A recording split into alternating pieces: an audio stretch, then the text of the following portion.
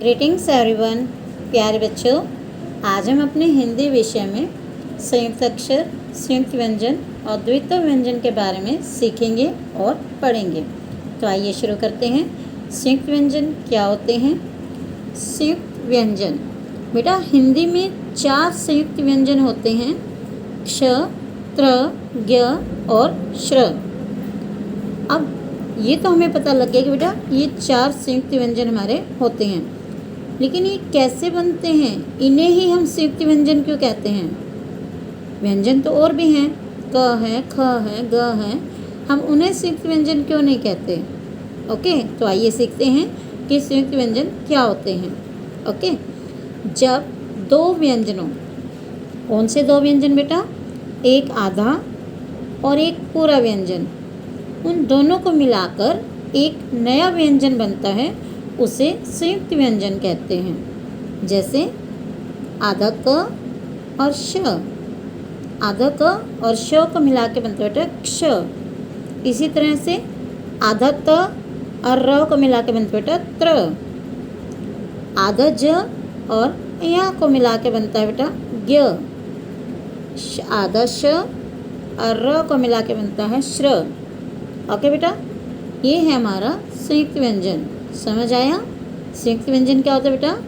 जब 2 व्यंजनों यानी एक आधा व्यंजन और एक पूरा व्यंजन, उन दोनों को मिलाकर के एक नया व्यंजन बनता है, उसे हम बोलते हैं संयुक्त व्यंजन।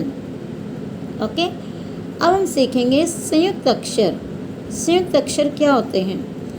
जब 2 अलग अलग अक्षर, जब 2 अलग अलग, यानी जैसे कि एक प और एक य, ठीक है, एक न और एक ह।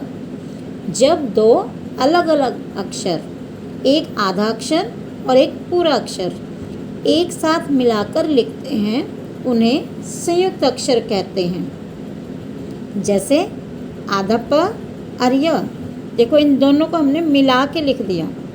ओके बेटा, ये एक हिंदी का रूल होता है, जब भी हम आधा अक्षर और पूरा अक्षर इकट्ठा लिखते हैं, उनके बीच में गैप नहीं देते। ओके, इन दोनों को मिला के लिखते हैं बिल्कुल, इसको बोलते हैं हम संयुक्त अक्षर। आधा प और य, देखो देखो बेटा, प भी आधा और य पूरा है, लेकिन दोनों अलग अलग हैं, इन्हें हम क्या बोलेंगे? संयुक्त अक्षर। आधा न और ह, नह, ये भी दोनों अलग अलग अक्षर हैं और दोनों को हमने मिला के लिखा है, इसे हम बोलेंगे संयुक्त अक्षर। समझ आया बेटा? संयुक्त अक्षर जब 2, एक आधा अक्षर और एक पूरा अक्षर, और दोनों अलग अलग हों, उन्हें हम मिलाकर लिखते हैं, तो उन्हें बोलते हैं संयुक्त अक्षर। होते तो संयुक्त व्यंजन में भी दोनों अलग अलग अक्षर हैं, लेकिन इन दोनों को मिला के एक नया अक्षर बन जाता है। ओके, ये पहचान है संयुक्त व्यंजन की और ये है संयुक्त अक्षर की। अब हम चलते हैं बेटा, द्वित्व व्यंजन सीखेंगे। अब हम द्वित्व व्यंजन। द्वित्व व्यंजन क्या होता है बेटा?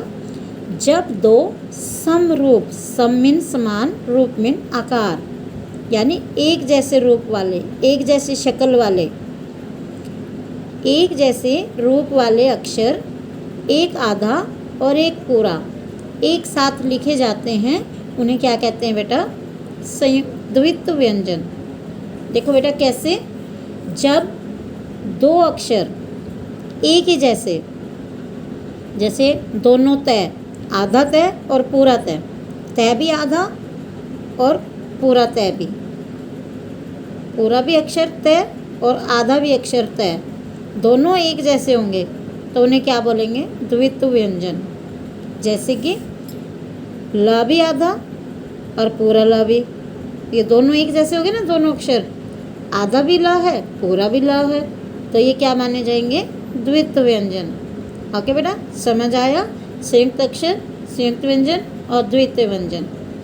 ओके बेटा, अब मैं आपको एक दोहराई पत्रिका दे रही हूँ, यानी वर्कशीट दे रही हूँ।